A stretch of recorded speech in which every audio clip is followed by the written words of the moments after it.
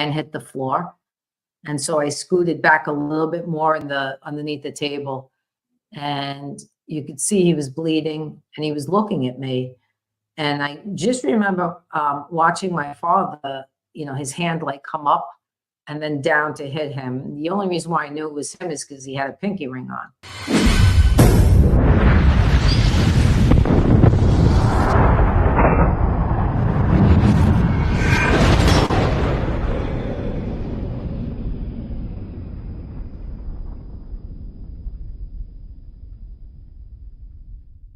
Welcome to this episode of Chatting with Stacks. I'm your host, Bill Stacks, and today I got Rita Gigante. Hello. Hey, how are thanks you? for having me, hon. I appreciate it.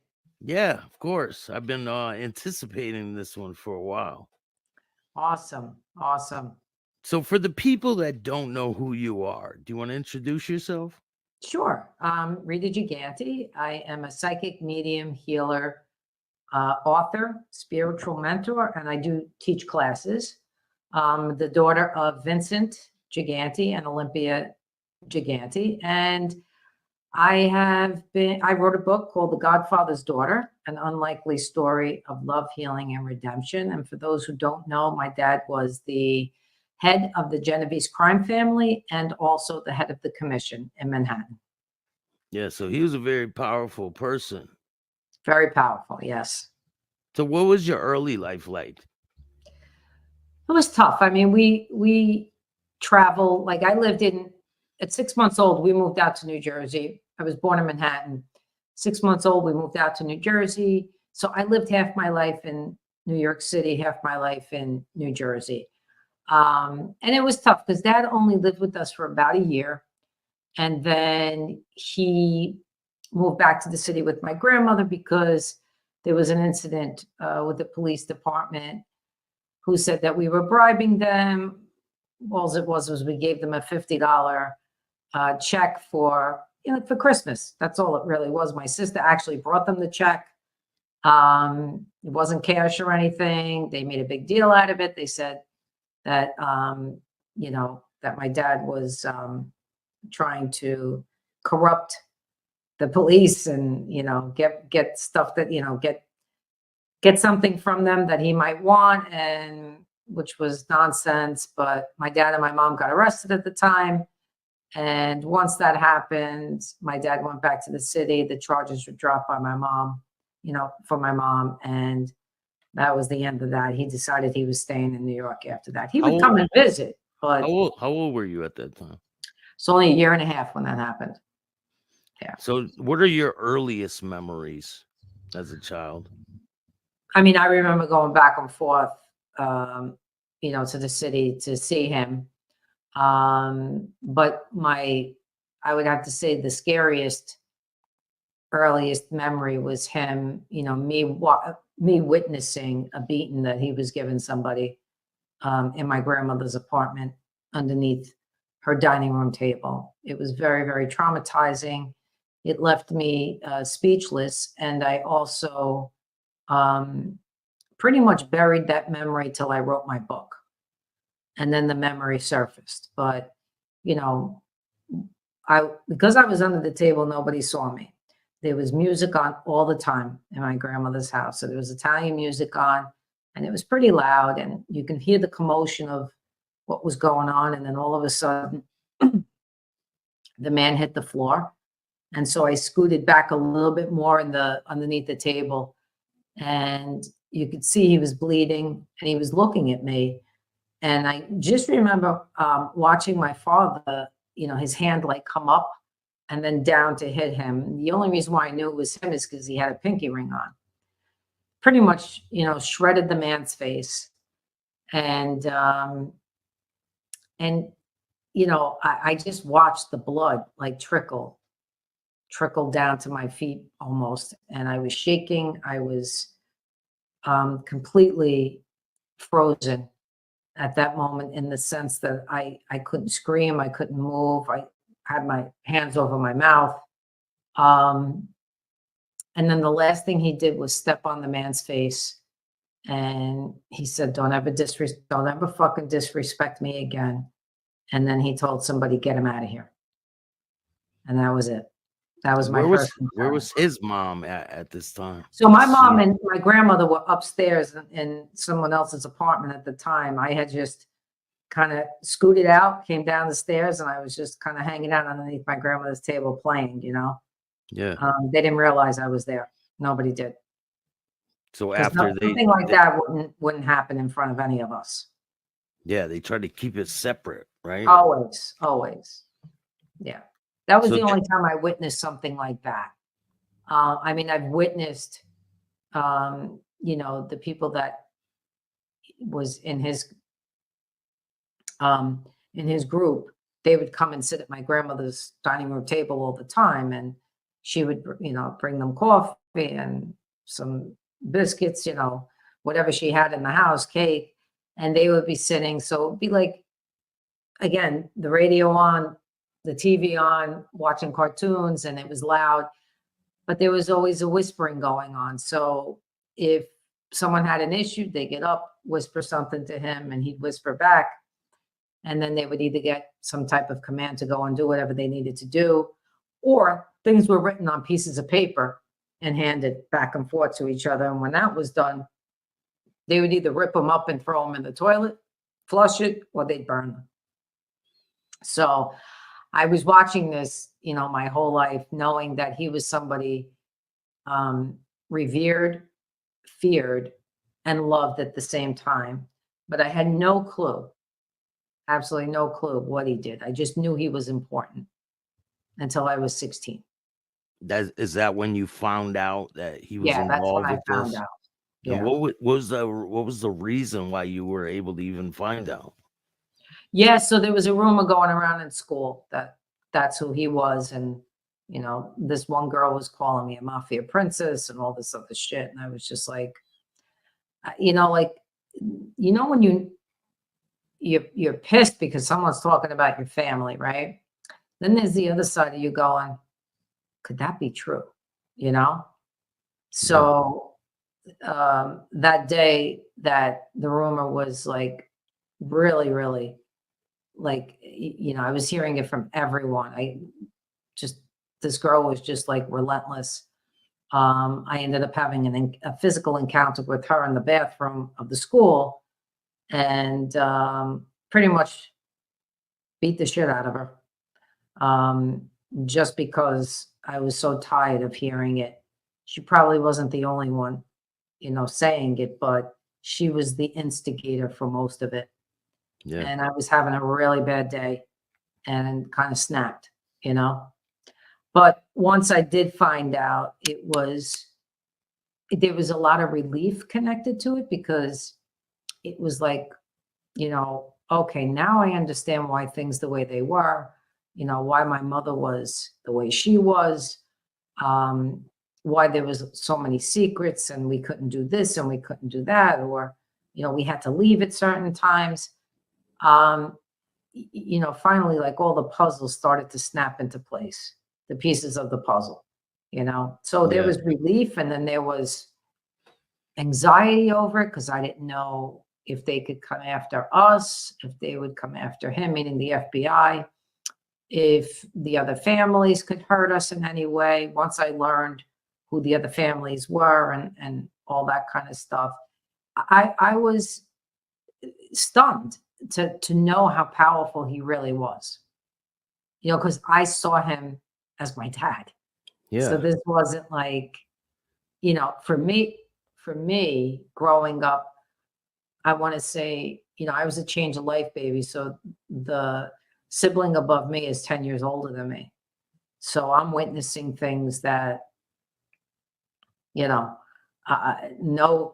kid should have to witness, obviously. Yeah. But then, knowing not to open your mouth, knowing not to say anything, knowing not to ask questions, it's just kind of how you're raised, because people Yeah. say, well, did you ask? Well, the times that I did ask, I got lied to, So So right when you find out, what do you have a conversation with your mom or your dad after that? no, there was no conversation. There was just like, when my mom, knew that I knew, I came home and she just said to me, I'm sorry you had to find out this way, but this is what it is, and you're not to speak about it to anyone ever. And if anyone asks you, your father's sick. So was he, because a lot of people say he was playing a sick role, playing like he's crazy. He had a heart condition, so he was sick physically that way. You know, was he feigning insanity? Yes, he was. He was feigning insanity. He was probably one of the smartest men that, walked this earth. Um, he he was a very fair man. He was, um, how do I want to put this? He could have ran any company, CEO. He could have done anything he wanted to do. But the time that he grew up, there was not much of, unless you went to school and you graduated or your family was in that business, right? Then Yeah. he wasn't going to make money, a lot of money, any other way other than to probably get involved in something like this. And it was important for him to take care of his family. He loved boxing. Yeah, that was Which one he thing. probably would have, stuck to, as part of a career if he could have. But once Vito got a hold of him, Vito Genovese, and Vito loved him. My dad had a very charismatic way about him. So once Vito took him under his wing, and my dad got, he realized the kind of money he could make. He realized the kind of power he could wield. It drew him in. It just drew him in, and then there was still one time I remember him saying to me that he could have gotten out.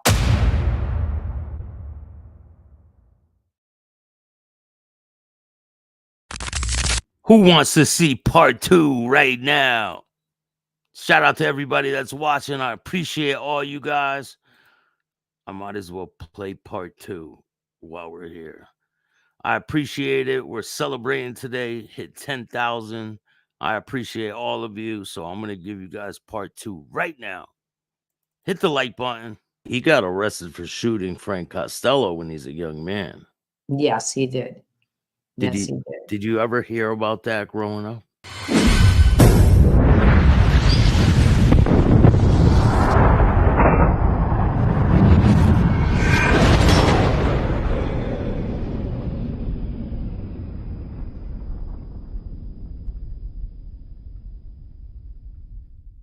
Welcome to this episode of Chatting with Stacks. I'm your host, Bill Stacks, and today I got Rita Gigante. Hello. Hey, he did not. Once he made that decision, he knew he was never getting out, unless it's in a box or he dies in jail.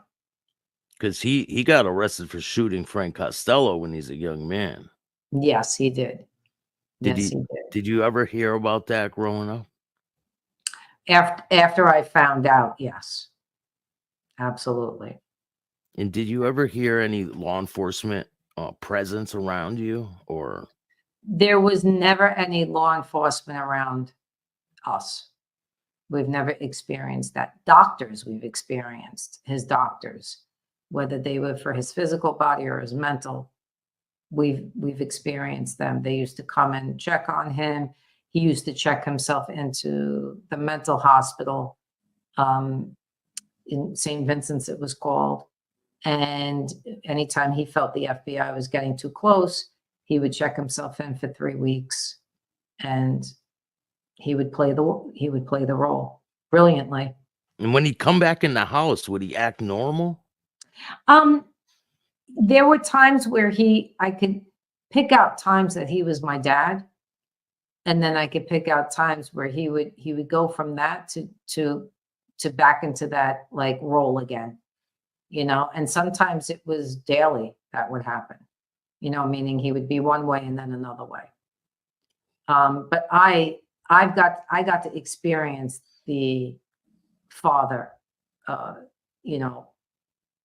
few times in his life, whereas my brothers and sisters, because they're so much older than me, got to see him very differently. They really reaped the benefit of seeing a father, you know. Because they're out living their lives, right?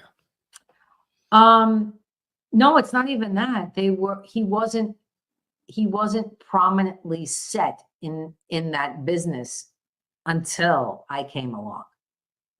You know, so when they were little, he was still, you know, he was doing it, but he was coming up. It wasn't like it was when I came. So Yeah. he had more time. He had more time for them.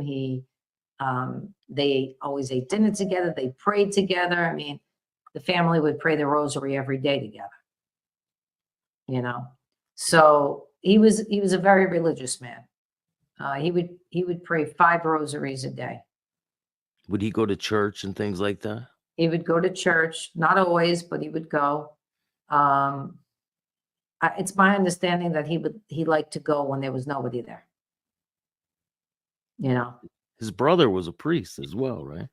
Yes, my Uncle Lou was a priest. Yep. They've all passed now. He was the last one to go. But yeah, he was a priest, and he built up the Bronx along with my dad's help. Yeah, it was an interesting. Let me put it this way: as hard as it was, and as interesting as it was, I tell people all the time, it's not as interesting as you think. Like, in other words, people are fascinated by the slave. They think, you know, they watch the movies and they think this is like, you know, the best thing since sliced bread until you live it. And then you know the truth. Yeah, like it's glamorous. They don't Oh really God, I see. know. They think all of that. Yeah. And it's not. At least at least in my world, it was not. My mother wasn't even that type of person at all. She was very, very low key, very, you know, she would go out and buy costume jewelry at Macy's, and people would think it was real just because it was her. Because she was who she was, yeah. Yeah. You know, so we'd laugh about it. We'd be like, if they only knew it cost like $30. You know, it's not that she didn't have nice jewelry. She did. He got her nice jewelry, but she actually preferred the costume, and she would only wear that other jewelry if she was going to a wedding or an event, you know? Yeah. But yeah, so What kind of birthday presents and Christmas presents would he buy you? oh God, I got everything from a bicycle to drum set to dolls, which I hated. Um, you know, all things that kids ask for, and get a skateboard, whatever I wanted. A lot of times I didn't even have to ask for anything. It would just be kind of 1,000 gifts underneath the tree, And would his you know. friends shower you with gifts all the time when they would be around? Usually his friends would give money in an envelope, or like what do you call those things? Bonds, you know, like Yeah. what you can give someone that would mature over time. Like I remember having a lot of those. Um, I paid for college with those, to be honest with you. Um, so yeah, they would, but it was mostly money, not physical stuff. Yeah. But like for the holidays, they would come with baskets, you know, baskets of food or fruit or things like that, and they give it to my grandmother and my mother. So, or chocolates, whatever it was. So after you found out that he was involved with that life, what was the conversation, or how did you find out that he was arrested for shooting Frank Costello? I would have conversations then with, you know, my sisters or my mom, or I would even read up on some stuff. So yeah, that's pretty much how it went. So where did your life take you from there? You're 16, you're in school, you find out that your dad's a part of this life, and where does your life take you from there? Honestly, you know, I graduate high school, I get a job, which it was an office job I stayed at for a while. And then I had a lot of odd jobs that I did. You know, I worked in many different places part-time just to make some money, figure out what I wanted to do. I had no idea. Um, at the age of 24, my dad offered to send me to Brooklyn to this man who owned a balloon business. And I thought it was, wow, okay, I'll go learn. I was willing to do anything because I didn't know what I wanted. And so I went and I learned the whole business, and I opened up my own business, and it was doing really well, in other words, on my own for me. But he had promised me certain things that never came to fruition because he would not follow through with it, because he did not want me to make the money that I could have made doing that, because then it might have taken me away from my mother, which in his mind was supposed to be taken care of by me until she passed. Yeah. And so, we had a thing with the Marina Del Rey where I was supposed to go do a lot of business there. And until I found out that wasn't true. So what was it? Birthday balloons? Yeah, birthday, any kind of occasion. Any kind of an occasion you can imagine. You see the balloons, you'll see that stuff all over the place. Sometimes they're centerpieces, sometimes they're like half moons.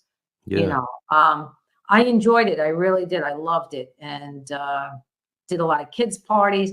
But a lot of the things I did, I got on my own. The Marina Del Rey was supposed to be like the cherry on top of the cake. It was supposed to, and then the rest was for me to do, and I was fine with that. But I knew that was never going to happen when I found out that that's not really what, it was like, yeah, go, he's going to give it to you. But then he got told, no, you're not going to give her anything. So I did a couple of parties there, and then I said to him, not really enjoying this any longer. Do you think it was a control thing? Yeah, of course.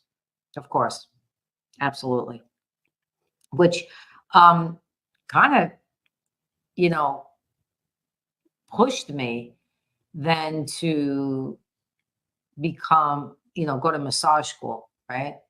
I didn't finish college yet, but I went to massage school, and I became a massage therapist. I started working out with a personal trainer, and I realized how much I was truly connected to the body. So I learned everything you could imagine about the body. And that's how I realized I was a healer, because in massage school, I was able to put my hands on people and actually feel their energy and know what was going on in the body, and then be able to help them.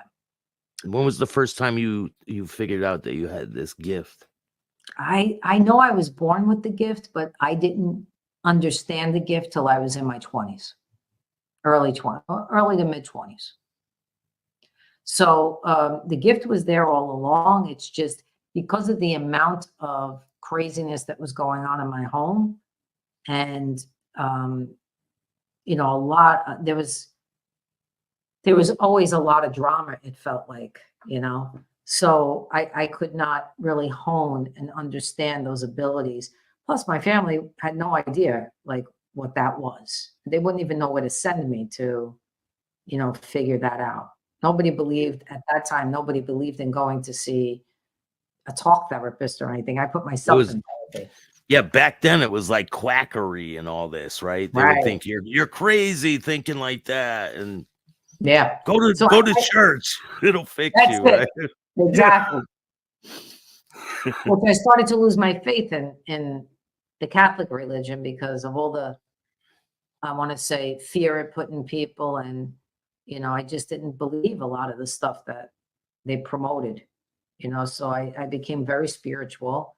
I took from that religion what felt comfortable to me, which was the angels, Jesus, Mary, Holy Spirit. But when I do my work, I could connect to anybody. If Buddha came in, I could connect to Buddha. You know what I mean? So, and interestingly enough, I was told by them that we are not of any religious sect. We are energy.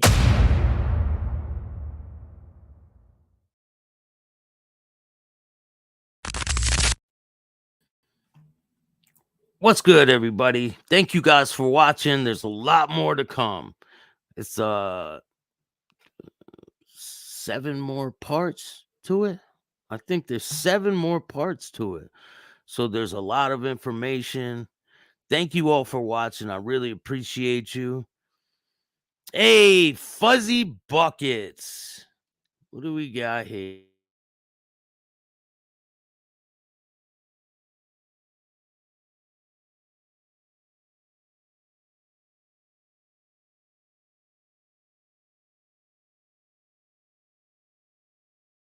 Here, I think. Yeah, we got one, folks. There we go. There.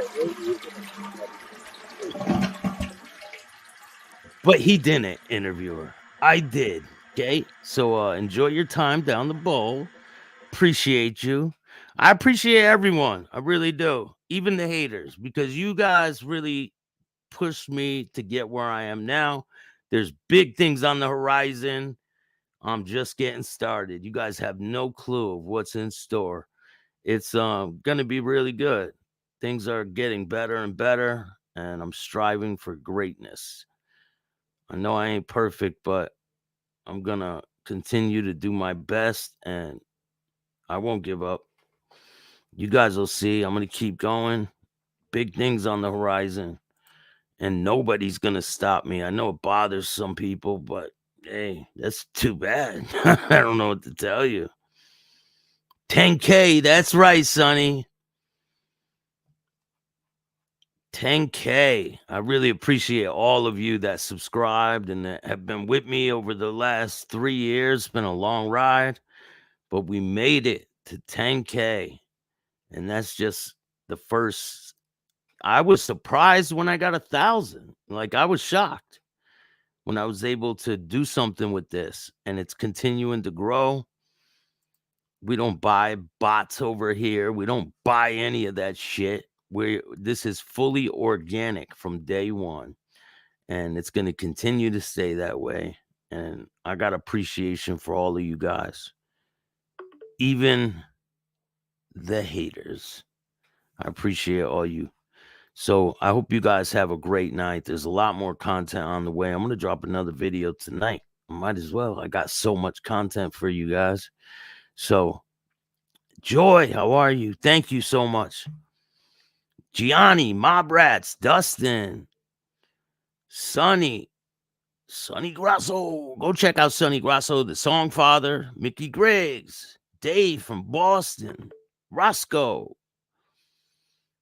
We got a lot of people in the house. Keeps growing and growing. Darren.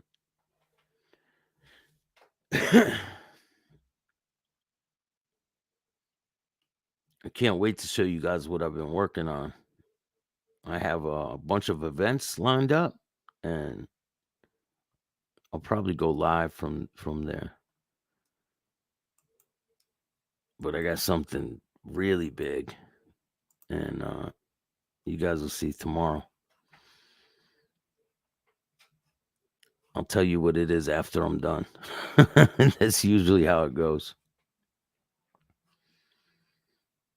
So what's going on tonight? It's beautiful, beautiful out.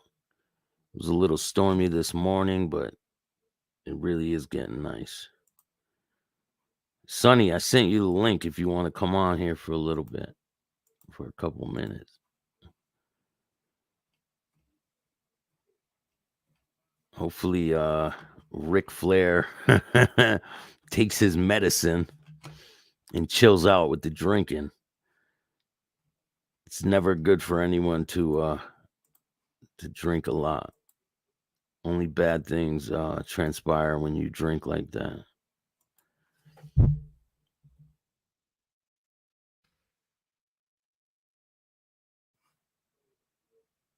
I have tons of interviews lined up. Well, they're already done. I just have to drop them. I have Anthony. Shout out to Anthony Vallone. I got his interview. It's really good. Tells a bunch of crazy stories. I got the Albanian mob. I got the Pink Panther. Shout out to the Pink Panther Punch. I appreciate you. Shout out to Pedge Tattoos. I got Liam, part 2, the guy who got violated his probation for messaging Joey Merlino. Maybe I'll drop part 2 tonight. I can do that. Still got more from Vinny from South Philly. You know what else I got? You guys remember when I interviewed Barberi, right? Shout out to Sugar Bear Barberi. So I have the footage of Sugar Bear Barberi at Ray Liotta's house. So I'll be uploading that too. Rita is great. I'm glad you got her on. I knew her uncle Mario and her brother way back in the day. Good people. How many parts are there in this interview? 8. 8 or 9. There's a lot. And I only played 2, so there's a lot more on the way. Yes, 7 more parts, Roscoe.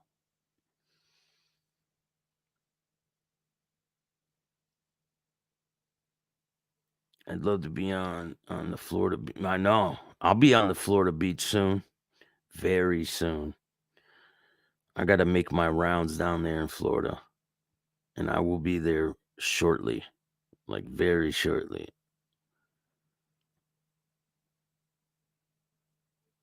Yeah, he messaged him on Instagram. That's how he got violated.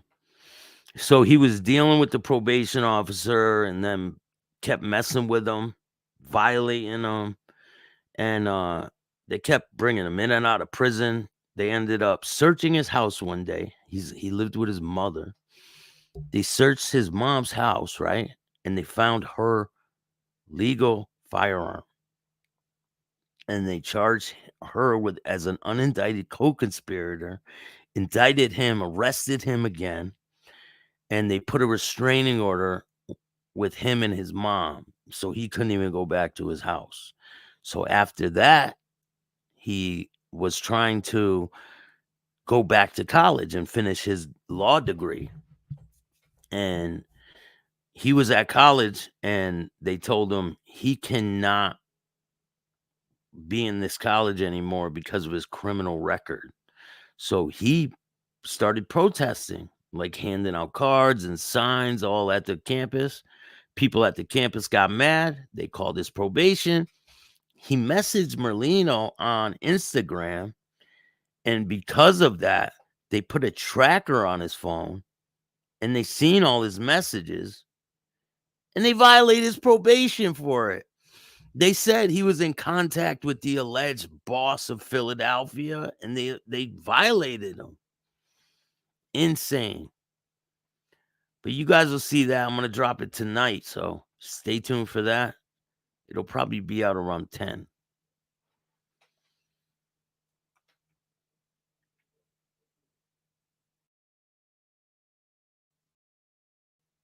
All he wanted was some advice. Yeah. Had nothing to do with nothing. Like, it is wild. What kind of BS is that? It's some Delaware BS. That's what it is. Delaware. I guess Delaware is very strict when it comes to guns. So he had a legal firearm, right? And he had a carry permit, like where you can have it out. Like people have to see it.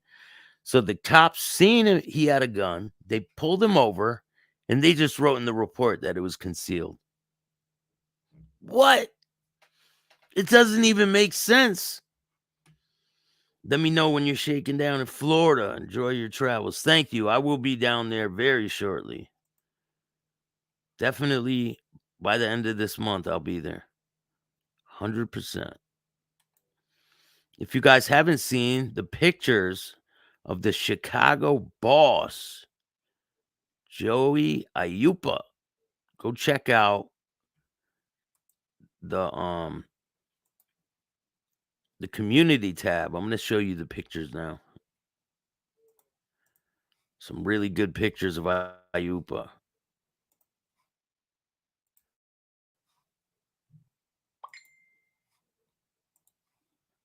People always got to message me right when I'm on here. This is a good one. Look at this one. You got to rewind it, man. The interview finished. And if you want to see the whole thing, join the membership.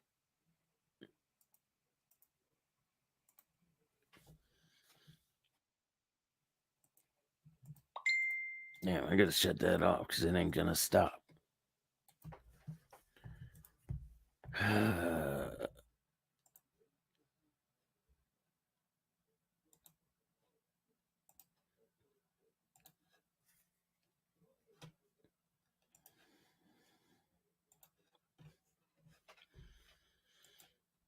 I got a bunch of spots to go to in Florida. So check these pictures out. They're really cool.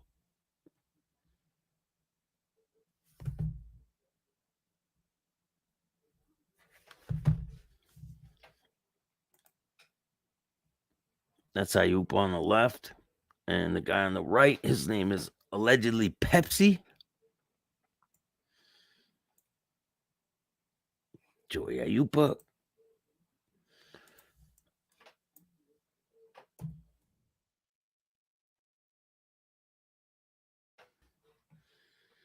The guy in the back right there on the right. Those two Spanish guys are tour guides. The guy in the right in the back is Michael Spilotro, Tony Spilotro's brother. Some of the other people in the picture, it's Ed Hale.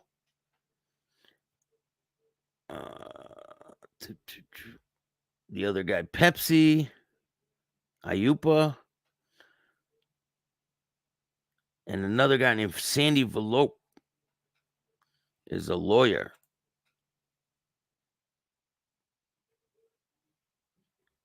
So there's Michael Spilotro, Joey Ayupa. There's Ayupa, a guy named Pepsi. All the Hispanic guys are the tour guides. There's Ed Hale. And then there is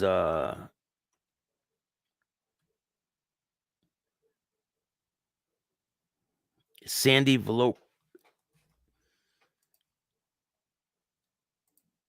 Heavy hitters in the Chicago outfit.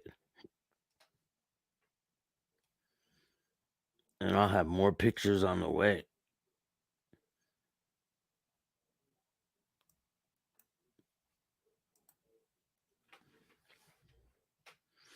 No, that's not Vietnam. That's in Stags. Is the Beehive Stadium still in Bristol? No.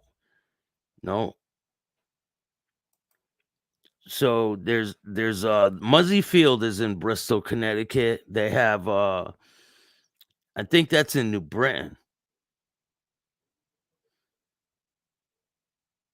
Yeah, you missed two parts. Yeah, I dropped two parts, Ronan, of the interview. So just rewind it back a little bit and you'll see it. There's a lot more on the way. I told you guys I'm just getting started. So stay tuned. I'll drop part 3 tomorrow. And today I made they did a video for promotion with Katharina Michio and everyone that was at that party, and I made the video. They put me in the video. That's a pretty cool thing.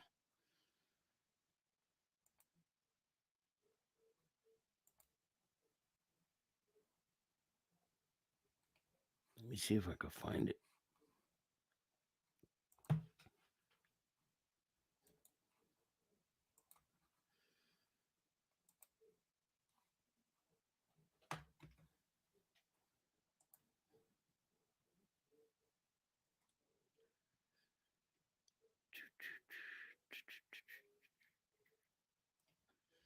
I don't know where it went.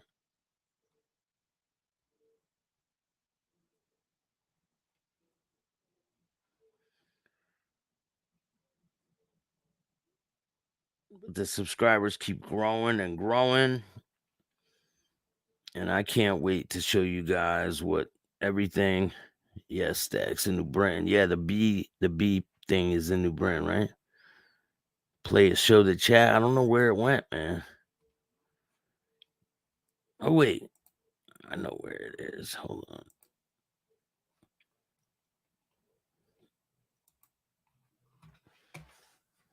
All right, it's right here.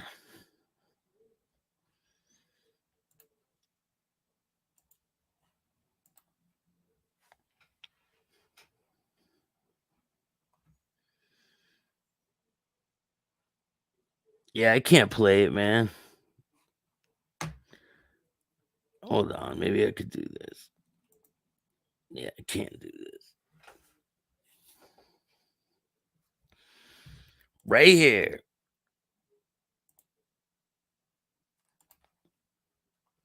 Shout out to Shelly Stelmick. You guys can see that, right?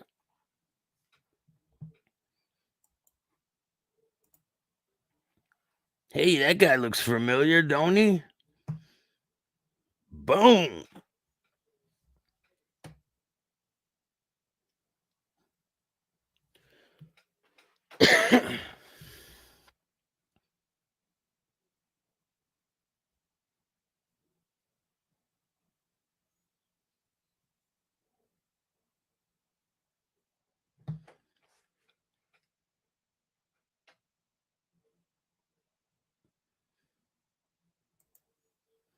Hey, who's that? That guy looks familiar. A